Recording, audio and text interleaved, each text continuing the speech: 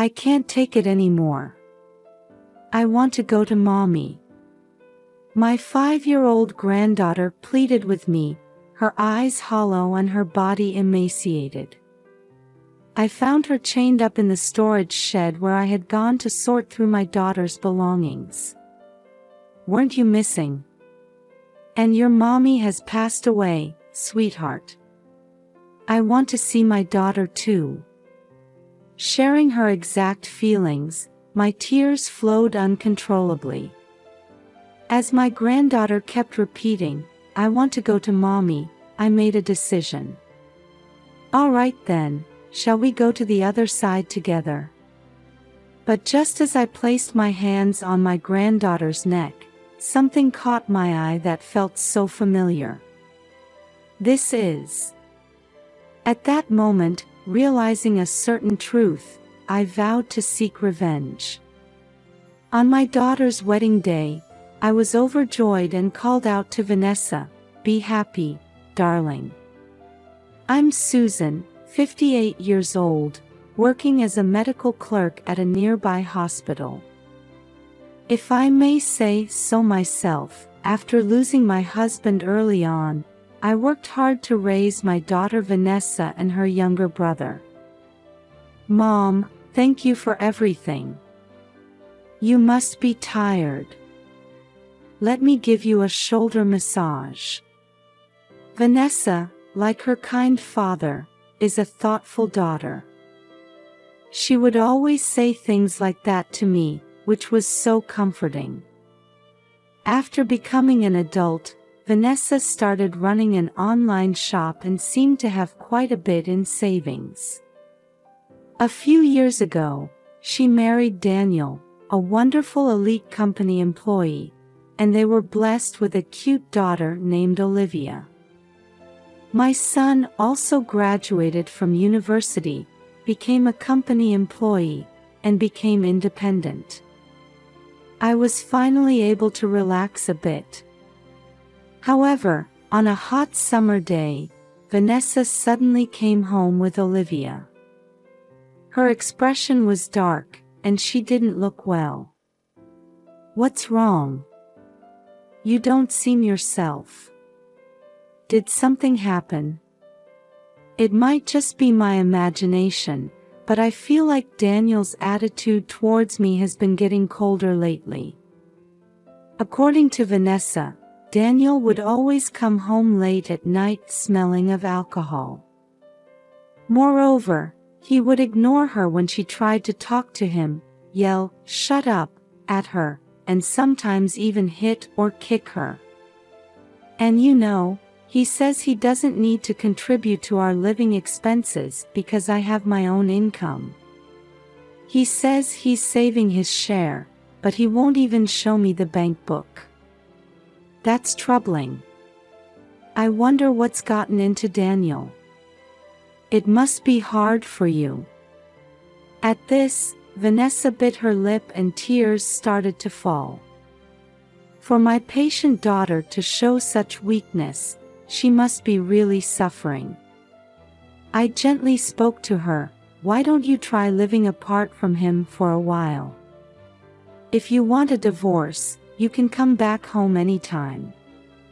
However, my daughter didn't nod in agreement. "Thank you. I'll keep an eye on things for a bit longer. Talking to you has made me feel a little better. I'm really okay. I can't make any quick decisions with Olivia to think about." Forcing a smile at my worried face, she continued, "Besides, Daniel was originally a kind person. Maybe if I try harder, he'll go back to his old self. I'll give it a bit more effort." With that, she left with Olivia, looking lonely. If only I had listened to her more seriously that day, things wouldn't have turned out like this. I would come to deeply regret this later. A month later, I suddenly received a call from Daniel saying that Vanessa had passed away. What? That can't be true, can it? I couldn't believe it. My child suddenly passing away. According to Daniel, Vanessa had taken her own life by jumping into a waterfall, taking Olivia with her. What's more, he said a note-like suicide note typed on a computer was found, saying, "I've lost confidence in living. I'm departing with Olivia. I lost my precious daughter because of Vanessa. What are you going to do about it?" "What do you mean?" I was confused by the shock of my daughter's death and Daniel's harsh words. "It's because of your upbringing that Vanessa turned into such a terrible woman who would even involve her daughter. It's your fault, isn't it?" "My fault? Of course it is." With a bitter expression, Daniel then told me something even more unbelievable. Apparently, while Vanessa's body had been found, Olivia was still missing. "I don't care about Vanessa, I just wish my daughter had been found." To top it off, he said he had already cremated Vanessa in a private funeral and scattered her ashes in the sea because it would look bad to the public. How could you? Pushed to the brink of despair, unable to even see my beloved daughter's final moments, I was left in shock. After that, I couldn't focus on anything and took a leave of absence from work. Day and night, the images of my daughter and granddaughter kept appearing in my mind, and my tears wouldn't stop flowing. A week later, I received a phone call from Daniel. "I want to move on quickly, so I'm going to sort through Vanessa's belongings. I'm throwing away everything that belonged to her." As he rattled on one-sidedly, I managed to interrupt him with, "Please, wait. Let me do it. I couldn't be there for my daughter's final moments, but at least let me take care of her belongings." Daniel seemed unsatisfied with my words, but I couldn't back down. 1 week was far too soon for sorting through belongings, no matter how you looked at it. Plus, given that my daughter had consulted me before, I couldn't fully trust Daniel and wanted to check for any clues with my own eyes. So, unable to sit still, I went to my daughter's house the next evening. I couldn't reach Daniel, so I waited in front of the entrance, but even late into the night, he didn't come home. Left with no choice, I called Daniel again, only to be met with sudden anger. "It's inconsiderate to come without notice. I'm working late today, so go home. Besides, didn't I tell you I'd take care of Vanessa's stuff? Don't ever come to my house again. I'm sorry for bothering you when you're busy. But Vanessa gave me a spare key before, in case of emergencies. Can't I use that to go in?" "Of course not. Geez, what a pushy old hag. I'll sue you." His cold words shocked me, but Daniel paid no mind and kept yelling before hanging up. I didn't have the courage to enter the house without Daniel's permission, so I was about to leave. But then, a strange smell caught my attention. It was like rotting garbage. As I traced the source of the smell, it seemed to be coming from the storage shed in the backyard. What could that smell be? With an ominous feeling, I went around to the back of the shed and peeked through a window there. Something was moving inside. It was too dark to see clearly, but it looked like a living creature. What could it be? I felt a chill run down my spine, but I felt I couldn't leave it alone. I tried to open the shed, but the old lock was broken, and the door was blocked with something like a stick. Even so, after shaking the door violently a few times, I managed to open it.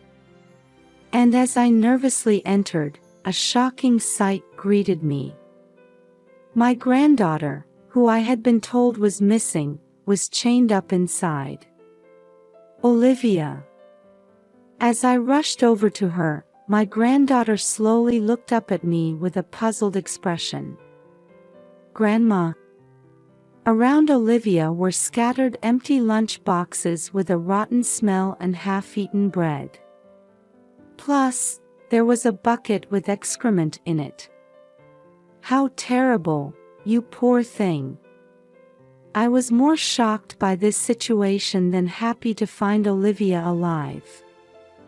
I gently hugged my small granddaughter.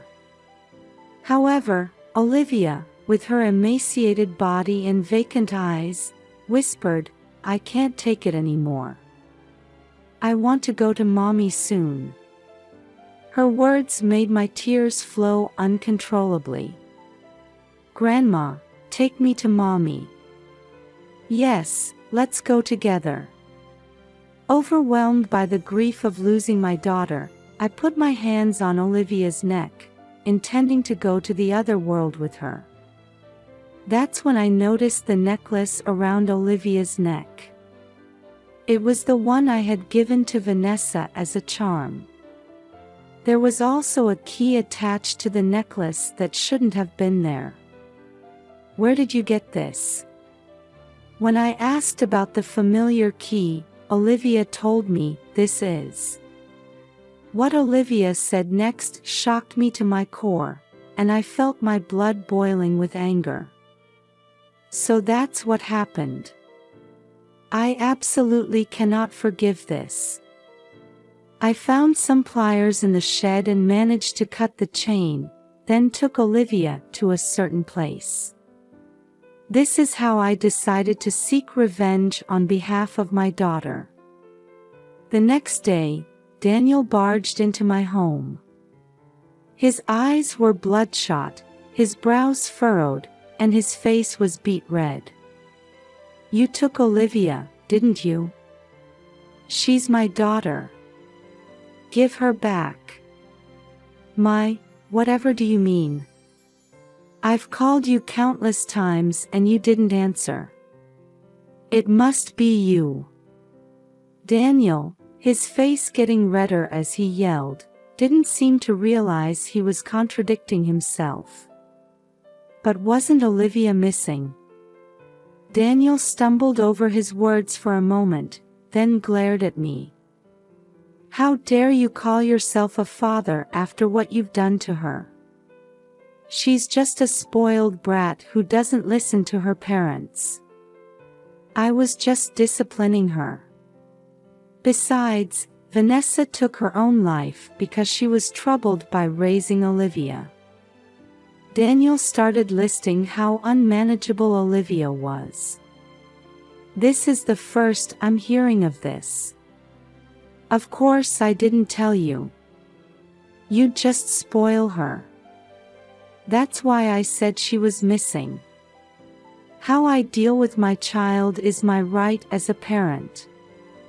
It's none of your business. But chaining her up and locking her away goes beyond discipline. I'm going to report this." Suddenly, Daniel's lips curled into a smirk, and he started laughing. "You don't have any proof." "Oh, but I do. We should be able to get a medical report too." I showed him the pictures of Olivia I had taken on my phone.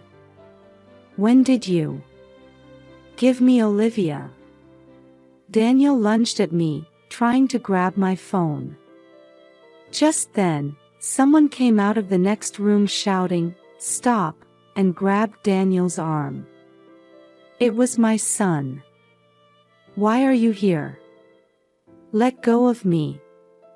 Actually, when I told my son yesterday about finding Olivia, he rushed over to help. Daniel, now pinned down by my son who had been trained in American football during his college days, looked pathetic. We know that you stole Vanessa's savings and that you beat her up when she found out about your affair." Daniel looked at me suspiciously, asking, "How do you know all that?" "Vanessa told me." "Huh? She's alive." Daniel's face turned pale with shock. I told him about the situation when I met my daughter. Actually, the key attached to Olivia's necklace was for my old family home. It's now vacant, but we kept it for sentimental reasons. And at that time, Olivia had pleaded, "Mommy said this necklace was a charm. Mommy is hurt. Please help." Hearing this, I saw a glimmer of hope that my daughter might still be alive. After rescuing Olivia, I headed straight to my old family home and found Vanessa collapsed there. "Vanessa, hang in there." As I lifted her up, I heard a faint whisper, "Mom."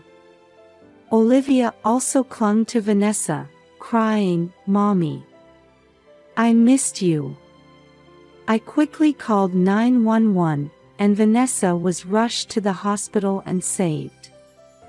The doctor said that if we had been a little later, she would have lost her life. Olivia was also in poor nutritional condition, so she was admitted to the hospital as well.